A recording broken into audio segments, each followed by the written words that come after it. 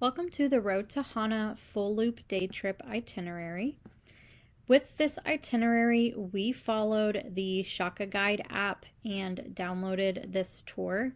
And basically what it does is it works like a GPS on your phone. So rather than using like Apple Maps or Google Maps, this will tell you where to go and have an audio guide playing at the same time. So it always knows where you are and where to lead you around to, so that you know when to stop and what you're looking at and things like that. So what I've added to this is timestamps for how long it took us to get to each place and how long we spent at each place.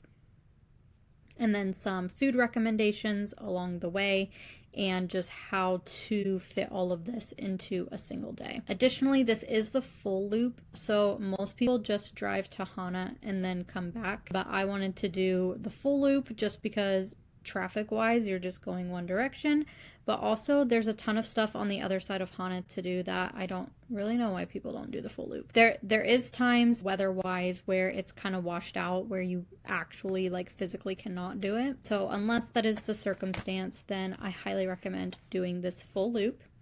In this video here we have all the photos and videos in kind of like a montage compilation of everything we did for the day if you want to see a little more of that.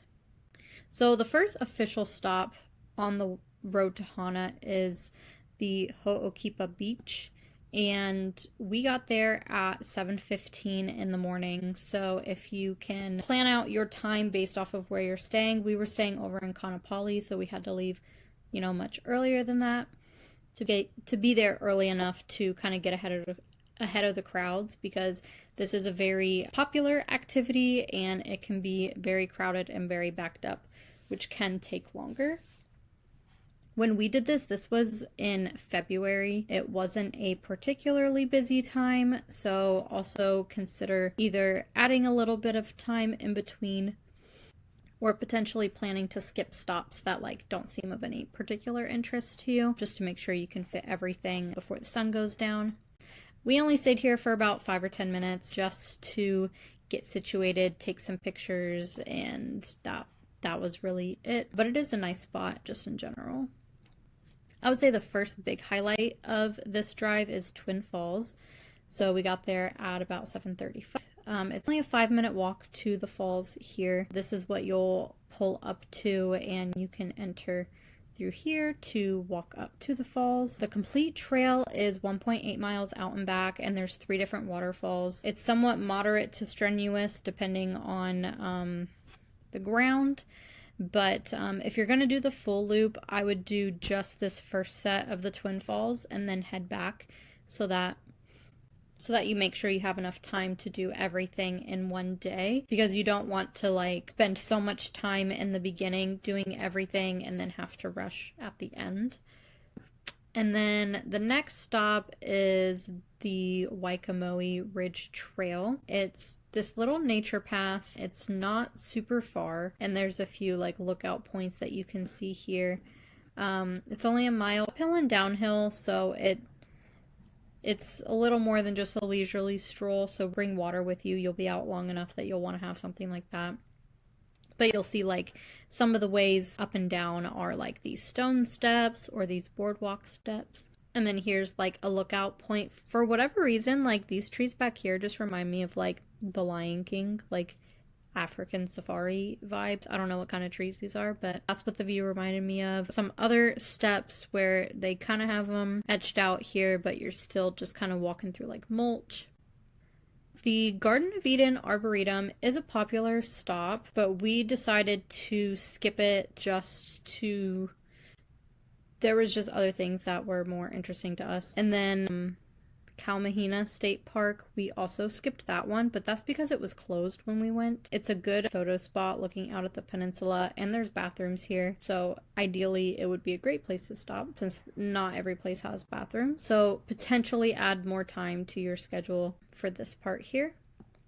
We did go to this arboretum though, because this one has the rainbow eucalyptus forest, which are these trees here. How just the peeling bark, you see all the different colors. It took about 20 to 25 minutes to get here from our last stop, so we were driving for quite a bit. It's scenic the entire way, so the drive is also part of the experience. The full trail through this arboretum was only a quarter mile each way, so it was very short. The full trail through the Arboretum was only about a quarter mile each way, so it didn't take much time to see everything here. We only spent about 10 minutes, but here's some more photos you can see of why it's called the Rainbow Eucalyptus Forest. The next stop is Aunty Sandy's, which is a little food stand. They have this banana bread that is very popular. They sell out every single day, so that's another reason why you don't want to spend too much time at the other places, because if you get here too late, then you don't get any of the banana bread, and it is very delicious. I highly recommend. We got there at about 9:30 in the morning, so just to kind of gauge your time there. We ate the bread in the car while we continued on to the next stop. We just made this a quick stop to get the bread, take a picture, and to just keep driving. And then once you get out to the peninsula, it's only about a 10-minute drive from there. We spent about 30 minutes here because there's a few different stops kind of all in one place. You have this old building here. It survived a tsunami, and there's a cemetery out there as well. It's a church. I don't know if they still do services in there or not, but they also have public restrooms here. So this is also another great spot for that. And then the coastline here was just really nice because the color of the water was like this very icy blue, and then having like the black lava rocks, the contrast of those colors was really nice. This was one of the most scenic beaches for me that I enjoyed. I could have watched this beach all day. The next spot is halfway to Hana, so it's the official halfway point. It's another food stand. So you can see they have cold drinks, snacks, shaved ice, and they also have banana bread here as well. We just got a pineapple smoothie from here because we got some breakfast foods from Costco when we arrived. So we had those in our room, and then we had the banana bread, and then the pineapple smoothie was all we needed because it was, again, only about 10 o'clock in the morning at this point, and we knew we were going to have lunch in Hana.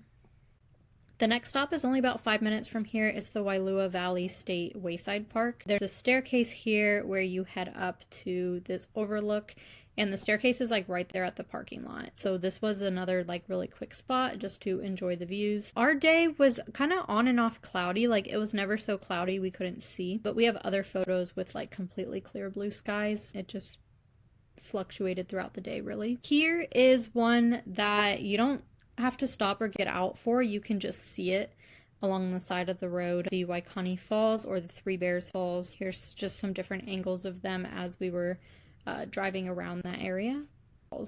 So they explain all of this on the Shaka Guide app as well. This area is technically on private land, so it is not supposed to be for like public use, but it has never been enforced that way. So they cannot legally tell you or recommend that you go here. I cannot legally tell you or recommend that you go here.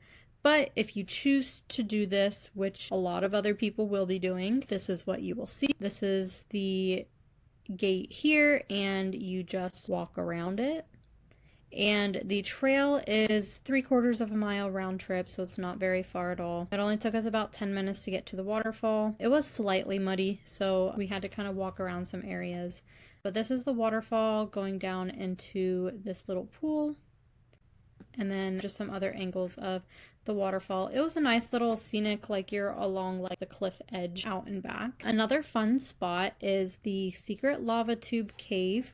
There's not a lot of parking here, and this is how it looks from the side of the road, so you would never know it's there if you were just driving. When we went, since we saw this little opening, there was like 5 other people there, and they went in, so I thought it was just going to be like a little cave. They go in and then they need to come back out.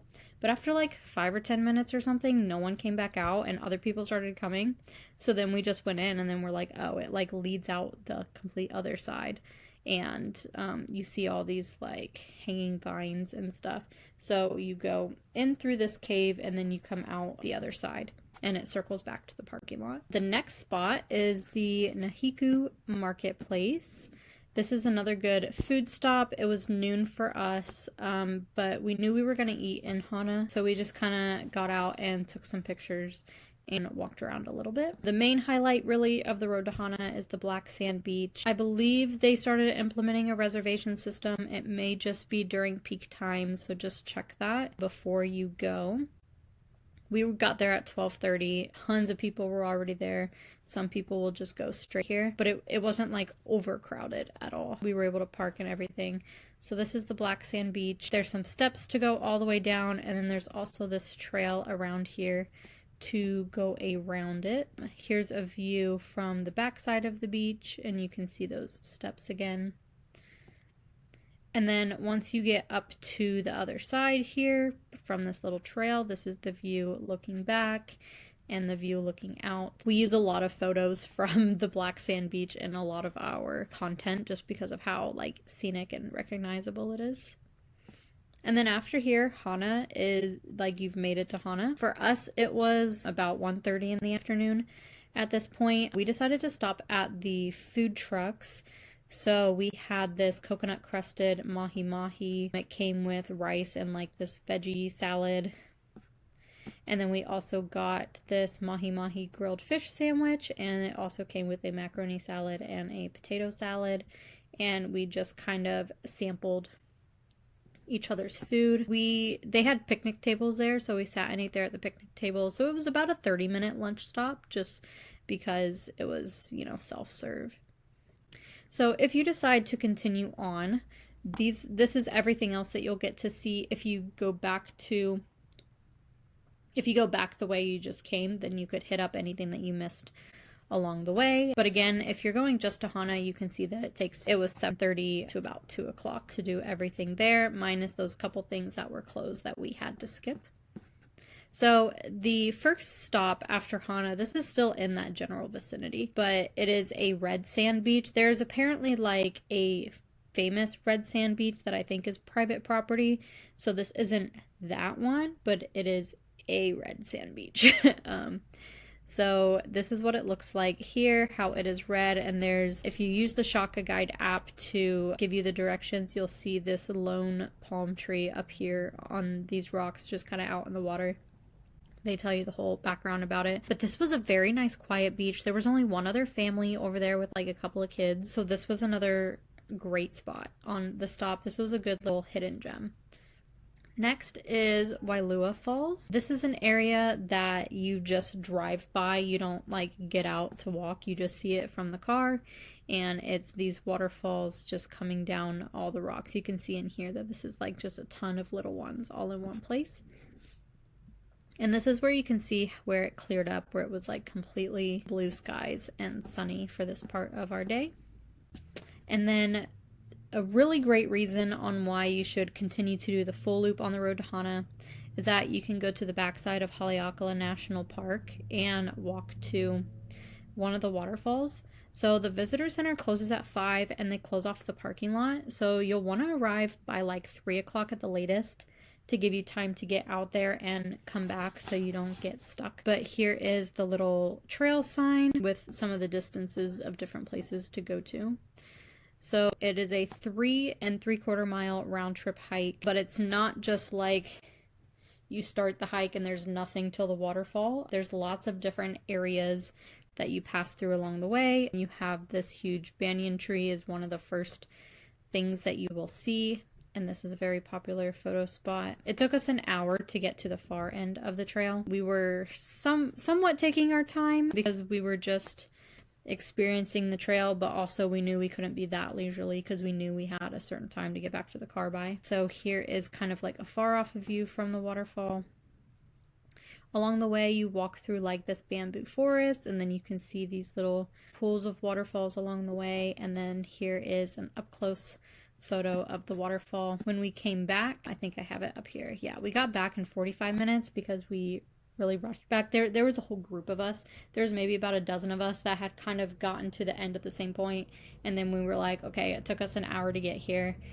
The parking lot closes in an hour, so we need to get back sooner than that so that we can get out, and we all really like rushed back together. Didn't have to like run or anything, but you just, you know, couldn't stop and take pictures or whatever. You just had to, you know, keep walking a little bit faster than like a toddler would. The next stop, which seems very random, but it was very cool. Charles Lindbergh has his grave here at this really nice church. It's in the back here. It's surrounded by some flowers, and it was a place that he had specifically chosen, and it's just a cool little hidden gem on the trail.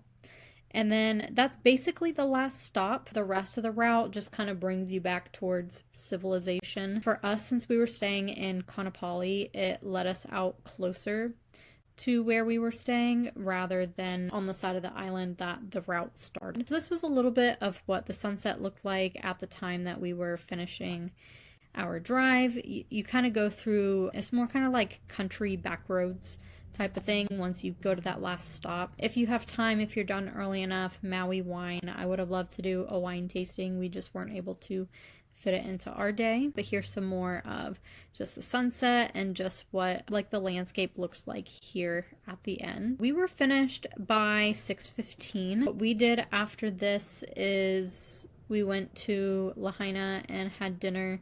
I believe that's actually when we went to Down the Hatch, which I think I have a photo of later in here. So I think we didn't get back to our hotel till like 8:30. So it was a little bit more than it was like a 14-15 hour day. It was a very full day. These are timestamps for everything if you wanted to kind of pace out how long to spend at different places and the time between places and things like that.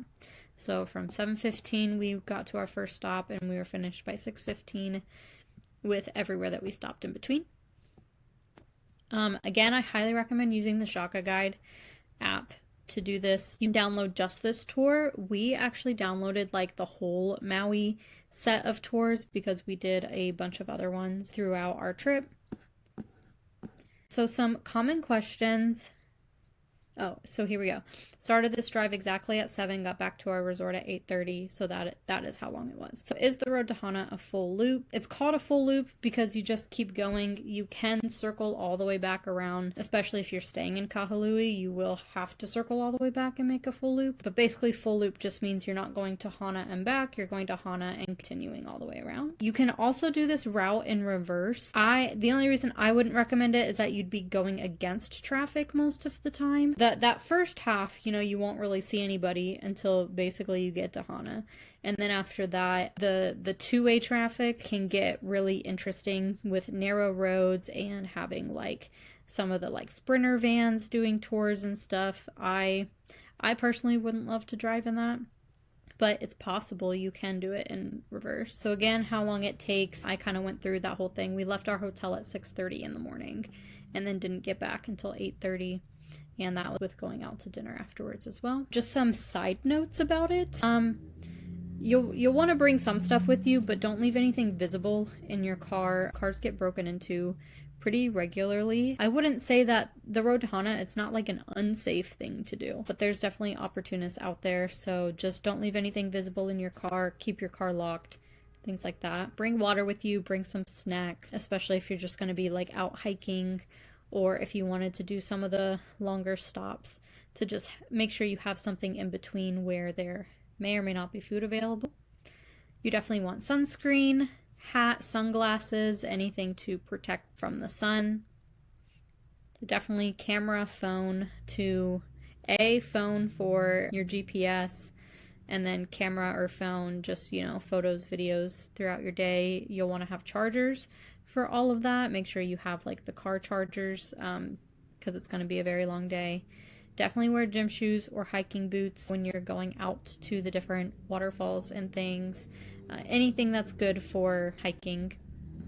Extra pair of socks. There's lots of water everywhere, so just to be able to stay dry. You can also like lay down a towel like on your seat so that you're not tracking in as much like dirt or sand or mud or anything, especially if it's a rental. You don't want to get it too dirty. Bring money with you, but keep your wallet on you. You can definitely get by with just, you know, credit card, debit card, or all the pay things like on your phone, but it never hurts to have a little bit of cash just in case. And then if you want to go swimming anywhere, make sure you bring a swimsuit. Don't swim under any waterfalls because you never know when something's going to come flying over the edge of the waterfall. And water shoes if you want to get in the water. That's pretty much it. You know best what things you need for a full day. And then I mentioned this before, so we stayed in Kaanapali. I like the Kaanapali Beach Club. For basically the price of a regular hotel room, you get a full, like, 1-bedroom apartment. The jetted bathtub was really great. Our balconies were really nice, overlooking the ocean. This was the view from our room. And then just having the separate, like, living space and sleeping space was really nice as well. And then here are just some other recommendations on fun things to do when you go to Maui. So this right here links to just a roundup of all of the different things that we recommend. One thing you should definitely do is a chocolate tasting and cacao farm tour. The tasting is in a tree house up here, and this is your view while you do the tasting. For whale watching, we recommend Pack Whale Eco Adventures. They have a deluxe whale watching tour that includes lunch, and then they also have a standard tour. Lunch is the only thing that's different about the deluxe tour. And there is a whale that we saw on our tour. If you want to go to the summit of Haleakala, you can do it for sunrise. Ours got canceled because of weather, so we just did the summit drive on our own and stayed more for like sunset. And this is a view once you're like up above the clouds. Luau's, we went to one at Castaway Cafe. This will link to just a list of the popular luau's there.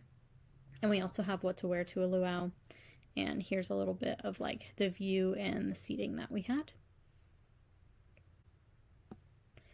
Best restaurants on Maui. This will link to the top 10. And this is where we went after the road to Hana. This is a lobster and crab grilled cheese sandwich from Down the Hatch. They were actually featured on Diners, Drive-Ins, and Dives a few years ago. Sunset dinner cruises are also great. It's good for like getting in whale watching. You can kill 2 birds with 1 stone there. And then also to just have like a multi-course meal that's just like leisurely and just kind of being out and about, enjoying the weather and the scenery. So definitely recommend a sunset dinner cruise. Here is a photo from ours. The Maui Mini Golf Park. This is in the same parking lot where you go to do the whale watching tour. And so it's good to do like if you have free time like before or after that tour. We did this before heading to the airport at the end of our stay. And then a very underrated driving tour. If you have Road to Hana on one side of the island, you've got the West Maui Coastline Driving Tour on the other. It's essentially the same thing. This doesn't take nearly as long, but you can plan some more like beach time or snorkeling time or something if you still want to do like the whole day. I highly recommend this one. And then the last thing is that I do have an itinerary, 6-day, 5-night of every single thing that I mentioned of and how we put it into just a 6-day itinerary. And that is all I have for the Road to Hana full loop itinerary in just one day.